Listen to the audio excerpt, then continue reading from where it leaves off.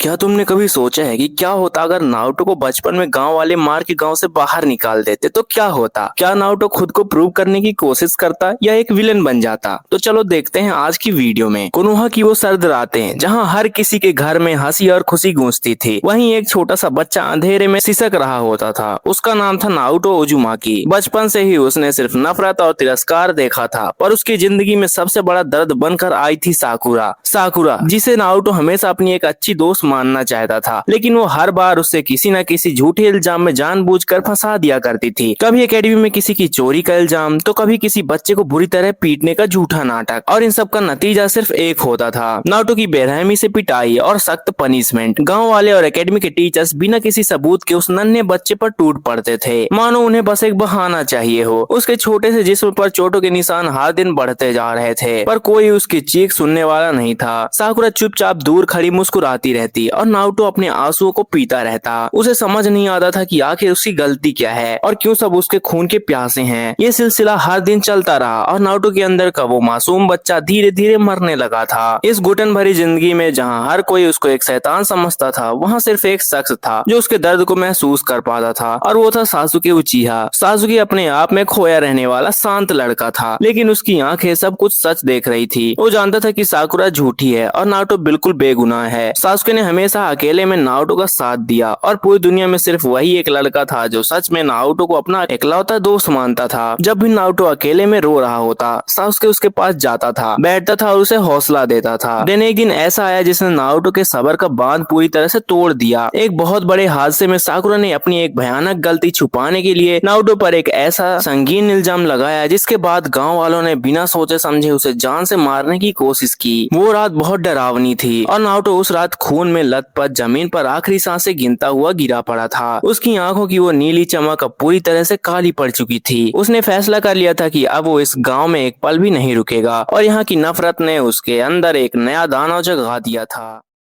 उस काली और डरी हुई रात में जब पूरा कोनोहा गांव गहरी नींद में सोया हुआ था, तब नारुतो ने चुपचाप अपना थोड़ा सा सामान बांधा। उसके छोटे से जिस्म से अभी भी खून गिर रहा था, पर उसकी आंखों में आंसू की जगह एक अजीब सी आग जल रही थी। वो बिना किसी को बताए कोनोहा की ऊंची चारदीवारी क्रॉस कर हमेशा के लिए इस नर्क से निकल जाना चाहता था। लेकिन गाँव के दरवाजे से पहुंचने से ठीक पहले ही उसे किसी के दबे हुए कदमों की आहट सुनाई दी। वो कोई और नहीं बल्कि हिनाटा ह्यूगा थी। हिनाटा जो हमेशा दूर से नारुतो की चुपचाप फिक्र करती थी। उसकी ऐसी बुरी हालत देखकर और उसे हमेशा के लिए गांव छोड़कर जाता देख बुरी तरह रोने लगी। वो आगे बढ़कर उसको रोकना चाहती थी, पर नारुतो ने उसके आंसू पोंछते हुए बड़ी शांति से कहा कि यहाँ रुकने का मतलब उसकी मौत है। नारुतो ने उसे अपनी दोस्ती की कसम खिलाई कि वो उसके जाने का राज और राज तक कभी किसी को नहीं बताएगी। और हिनाटा जो सच में उसके दर्द को गहराई से समझती थी, उसने रोते हुए हमेशा के लिए वादा किया। देन नारुतो बिना दोबारा पीछे मुड़े उस घने अंधेरे जंगल में हमेशा के लिए गायब हो गया और अपने पीछे छोड़ गया एक ऐसा भयानक सन्नाटा जो आने वाले सबसे बड़े तूफान की पहली निशानी थी। जंगल के उस घने अंधेरे में कई दिनों तक भटकने के बाद भूख और प्यास से नारुतो की हालत खराब हो चुकी थी, पर उसके अंदर की नफरत उसे गिरने नहीं दे रही थी। तभी उसकी मुलाकात दुनिया के सबसे खतरनाक ऑर्गेनाइजेशन अकात्सुकी के मेंबर से हुई। उन्होंने उस छोटे से बच्चे के अंदर छुपे नाइन टेल्स फॉक्स के बेहिसाब चाकरा और उसकी आंखों में कोनोहा के लिए जलने वाली नफरत को तुरंत पहचान लिया। उन्हें एक ऐसा हथियार चाहिए था जो बिना किसी रहम के दुनिया को तबाह कर सके, और नारुतो उनके इस मकसद के लिए बिल्कुल सही था। उन्होंने नारुतो को अपने साथ मिला लिया और फिर शुरू हुआ एक ऐसा भयानक ट्रेनिंग का सिलसिला जिसने नारुतो की रूह तक को झिझोड़ कर रख दिया। अकात्सुकी की ट्रेनिंग इतनी जानलेवा और दर्दनाक थी कि कोई आम इंसान वहाँ एक दिन भी जिंदा न बच पाए, लेकिन नारुतो ने हर दर्द को हंस कर सहा, क्योंकि उसे कोनोहा की हर एक ईंट को मिट्टी में मिलाना था। सालों बीत गए और वो रोता हुआ मासूम बच्चा अब एक बेहद ठंडे खून वाला, बेरहम और ताकतवर निंजा बन चुका था। उसने अकात्सुकी के सारे खतरनाक जुत्सुस और डार्क आर्ट्स सीख लिए थे। देन वो दिन भी करीब आने लगा जब नारुतो अपनी बरसों पुरानी प्यास बुझाने के लिए अपने उस पुराने घर की तरफ निकलने वाला था, जिसे वो अब मिट्टी का ढेर बनाना चाहता था।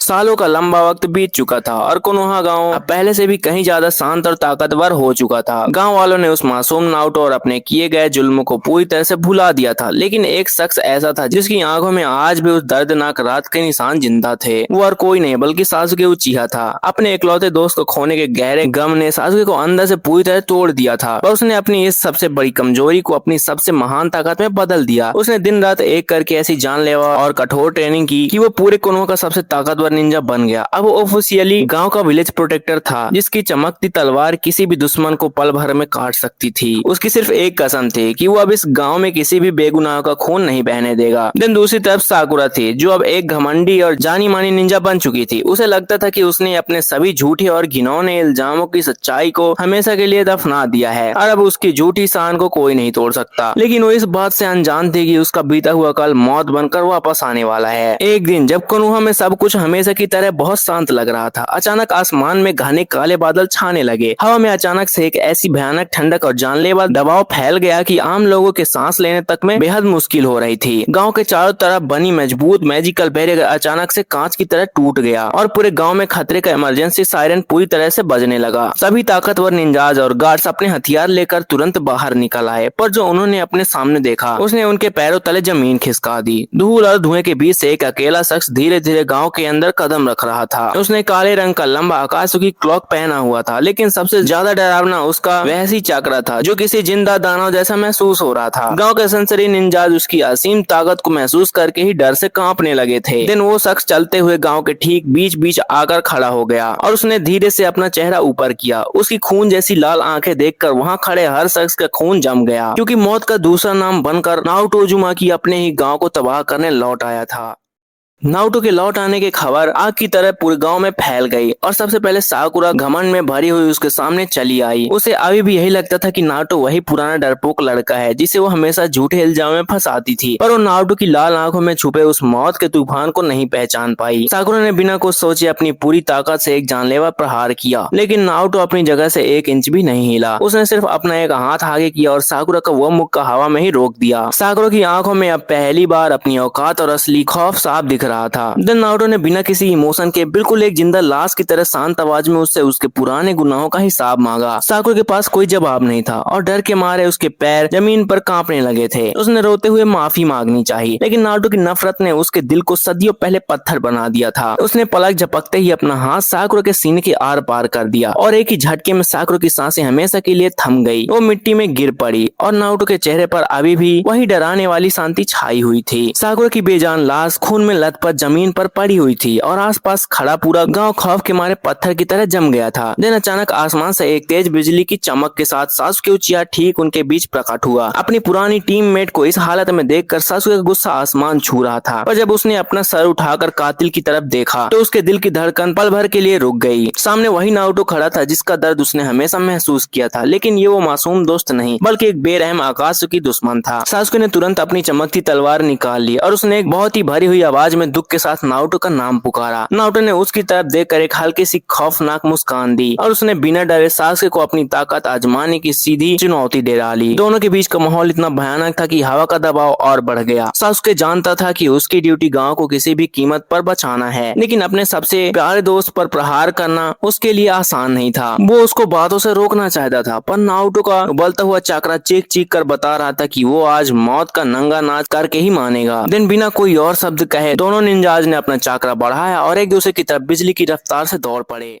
दोनों की टक्कर इतनी भयानक थी कि आसपास की जमीन बुरी तरह फट गई और हवा में एक बहुत बड़ा धमाका हुआ। नारुतो के हर एक वार में सिर्फ मौत और नफरत छिपी थी, लेकिन सासुके उसे जान से मारने के इरादे से नहीं लड़ रहा था। वो सिर्फ नारुतो को किसी तरह रोकने की कोशिश कर रहा था, पर आकाशुकी में सदियों की डार्क ट्रेनिंग ने नारुतो को एक ऐसी बेलगाम ताकत बना दिया था जिसके सामने टिकना लगभग नामुमकिन था। नारुतो ने अपनी लाल चक्र तलवार से सासुके पर कई खतरनाक हमले किए और हर एक प्रहार के साथ कोनोहा के कई घर मिट्टी में मिलते जा रहे थे। सासुके को समझ आ गया कि सिर्फ ताकत से इस क्रोधित दानव को हराया नहीं जा सकता और अब उसको हर हाल में नारुतो के उस पत्थर दिल तक पहुंचना ही होगा। उसने अचानक अपनी तलवार को जमीन में गाड़ दिया और अपने दोनों हाथ आगे फैला दिए। ये देखकर नारुतो का खून और खौल उठा, लेकिन वो अपना आखिरी वार करने के लिए जैसे ही आगे बढ़ा, सासुके ने रोते हुए उसे उसकी बचपन की वो सच्ची दोस्ती याद दिलाई। सासुके उसको जोर जोर से पुकारता रहा, पर नारुतो का वहसी चक्रा अभी भी आग उगल रहा था और उसने सासुके की छाती पर अपना जानलेवा हाथ रख दिया था। नारुतो का जानलेवा पंजा सासुके के सीने को चीरने ही वाला था, लेकिन ठीक उसी पल सासुके ने नारुतो के दोनों गालों को अपने हाथ में पकड़ लिया। उसने अपनी आंसू भरी आंखों से उस खतरनाक दुश्मन को देखा और बिना डरे अपनी सच्ची दोस्ती का वो अटूट रिश्ता उसके सामने रख दिया। सासुके ने नारुतो को उन अंधेरी रातों की याद दिलाई जब वो दोनों अकेले बैठकर आसमान के तारे गिना करते थे, पर नारुतो आग बबूला होकर चिल्लाता रहा कि कोनोहा ने उससे उसका सब कुछ छीन लिया है। देन सासुके ने उसे आगे बढ़कर कस के गले लगा लिया और बच्चों की तरह जोर जोर से रोने लगा। सासुके की उस सच्ची पुकार और उसके गर्म आंसुओं ने नारुतो के अंदर जमी हुई उस सदियों पुरानी बर्फ को धीरे धीरे पिघलाना शुरू कर दिया। नारुतो के दिमाग में हिनाटा का वो आखिरी वादा और सासुके की दोस्ती का सच चमकने लगा, लेकिन आकाशुकी का डार्क जादू उसको वापस अपने अंधेरे में खींच रहा था। पर सासुके ने हार नहीं मानी और अपना थोड़ा सा पवित्र चाक्रा नारुतो के टूटे हुए दिल में उतार दिया। लेकिन अचानक से एक बेहद शांत और सफेद रोशनी वहां से निकली और नारुतो की आंखों का वो लाल डरावना रंग वापस से मासूम नीला होने लगा। उसके अंदर का वो खतरनाक शैतान हमेशा के लिए शांत हो चुका था और वो वापस अपने उसी पुराने दोस्त सासुके के कंधे पर गिरकर बच्चों की तरह रोने लगा।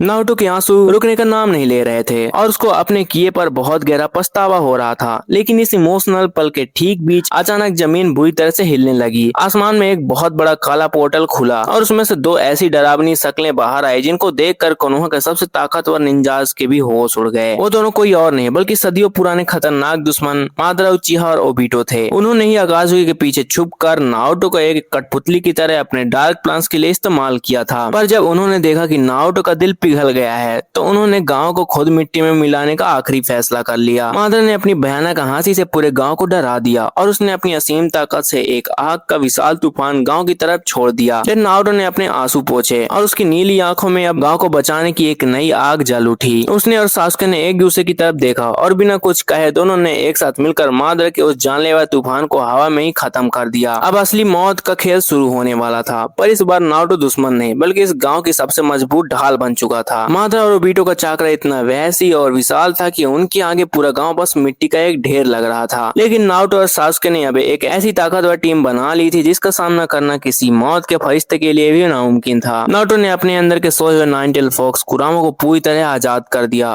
और सासुके ने अपने काले सुसनों के आर्मर से उस विशाल सुनहरी लोमड़ी को ढक दिया। ये एक ऐसी जादुई और दिव्य ताकत थी जिसको सदियों से किसी ने नहीं देखा था। मादरा ने अपने हजारों भारी हथियारों से उन पर ताबड़तोड़ हमला किया, पर सासुके की चमकती सुसनो तलवार ने हर एक वार को तिनके की तरह काट कर रख दिया। देन ओबिटो ने एक चाल चलना चाहा, लेकिन नारुतो की तेज रोशनी और उसकी ताकतवर रासंगान ने ओबिटो के उस जादू को हमेशा के लिए मिटा दिया। दोनों तरफ से हमला इतना तेज था कि आसपास के पहाड़ भी उनकी आवाज से टूटकर जमीन पर गिरने लगे थे। और आखिरी में नारुतो और सासुके ने अपनी पूरी जान लगाकर एक ऐसा विशाल चक्रा ब्लास्ट किया जिसने मादरा और ओबिटो को उनके घमंड के साथ हमेशा के लिए राख में मिला दिया। दोनों ताकतवर दुश्मन राख बन चुके थे, पर ठीक उसी पल आसमान का रंग और भी ज्यादा काला पड़ने लगा था, मानो कोई सबसे बड़ी आफत अभी आना बाकी थी।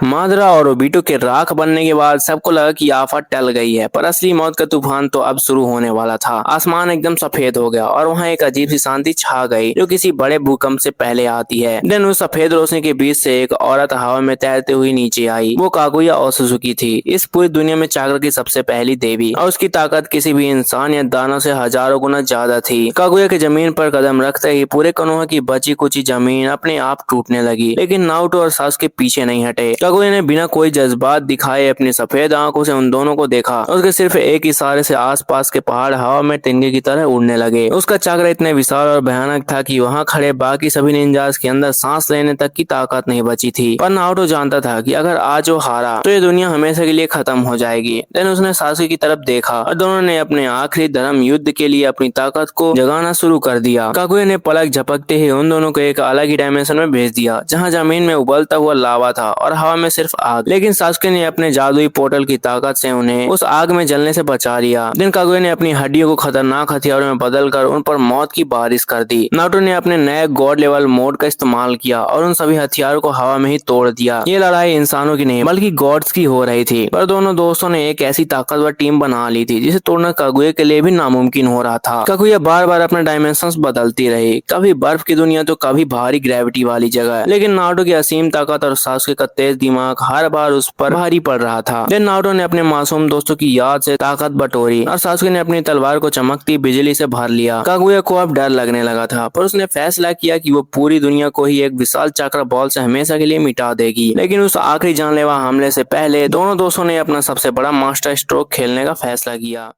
कागुया अपने उस विशाल चक्रा बॉल को उनकी तरफ फेंकने ही वाली थी। अचानक सासुके ने अपने जादुई रिनेगान का इस्तेमाल किया। उसने पलक झपकते ही अपनी जगह बदली और कागुया के ठीक पीछे पहुंच गया। कागुया गुस्से में पीछे मुड़ दी। देन ठीक उसी पल नारुतो ने अपने हजारों शैडो क्लोन्स बना दिए, जिन्होंने कागुया को हर तरफ से घेर लिया। कागुया ने चीख मारते हुए अपने जानलेवा हथियार से उन क्लोन्स को मारना शुरू किया, पर ये सिर्फ उनका एक चक्रव्यूह था जिसमें वो देवी पूरी तरह फंस चुकी थी। असली नारुतो आसमान से एक विशाल चमकती हुई राशन सूरिकन लेकर सीधे कागुया पर टूट पड़ा। कागुया के पास बचने का कोई रास्ता नहीं था, लेकिन उसने अपनी आखिरी गॉड वाली ताकत लगाकर एक आखिरी मजबूत शील्ड बनानी चाहिए। देन सासुके ने अपनी काली तलवार से पूरी ताकत लगाकर उसके शील्ड को तोड़ दिया और नारुतो का वो भयानक हमला सीधे कागुया के सीने पर जा लगा। एक इतना बड़ा धमाका हुआ जिसकी सफेद रोशनी ने उन सभी डायमेंशन को हमेशा के लिए मिटा दिया। कागुया की चीख उस मौत के सन्नाटे में दब गई और वो वापस से एक बेजान पत्थर की मूर्ति में बदल कर उसी डायमेंशन में हमेशा के लिए दफन हो गई। उन दोनों दोस्तों ने आखिरकार इस सबसे बड़े दुश्मन को हरा दिया था, पर उनके अपने जिस्म अब पूरी तरह से टूट चुके थे। कागुया के खत्म होने के बाद सासुके और नारुतो वापस अपने उस टूटे हुए गांव कोनोहा की मिट्टी पर लौट गए। गांव वालों ने जब आसमान से देखा कि उनका सबसे बड़ा दुश्मन अब इस पूरी दुनिया का सबसे महान रक्षक बन चुका है, तो सबकी आंखों में दुख और शर्म के आंसू थे। सबने अपने घुटनों पर बैठकर नारुतो से अपनी उस सदियों पुरानी गलतियों के लिए दिल से माफी मांगी, जिन्होंने उस मासूम बच्चे को एक बेरहम दानव बना दिया था। लेकिन नारुतो ने गुस्से में किसी को कुछ नहीं कहा, पर उसकी शांत आंखों में गांव वालों के लिए कोई नफरत बची ही नहीं थी। देन उस रोते हुए भीड़ को चीरते हुए हिनाटा आगे आई और उसने अपने घुटनों पर गिरकर नारुतो को कस के गले लगा लिया। वो अकेली थी जिसने इतने सालों में कभी उस पर अपना भरोसा नहीं खोया था, और नारुतो के आंसू भी आज सारी नफरत को बहा ले गए। सासुके एक तरफ खड़ा शांति से मुस्कुराता रहा, क्योंकि उसने अपना फर्ज निभाकर अपने उस अजीज दोस्त को मौत के मुंह से वापस पा लिया था। गांव को फिर से एक नए सिरे से बनाने का काम शुरू हुआ, लेकिन नारुतो अब किसी रिवेंज के अंधेरे में नहीं था। एक वक्त पर जो नारुतो इस गांव की सबसे भयानक मौत बनकर लौटा था, अब वही इस गांव की सबसे नई और सबसे चमकती हुई सुबह बन चुका था। देन दोनों दोस्तों ने आसमान की तरफ देखा और इस तरह उनकी सच्ची दोस्ती ने उस नफरत की सबसे लंबी और दर्दनाक रात को हमेशा के लिए खत्म कर दिया। तो वीडियो यहीं पे खत्म होती है। वीडियो कैसी लगी कमेंट में जरूर बताना। अगर अच्छी लगी हो तो वीडियो को एक लाइक जरूर से कर देना और ऐसे ही मजेदार वीडियो देखने के लिए चैनल को सब्सक्राइब भी कर लेना। मिलते हैं नेक्स्ट वीडियो में, तब तक के लिए बाय बाय।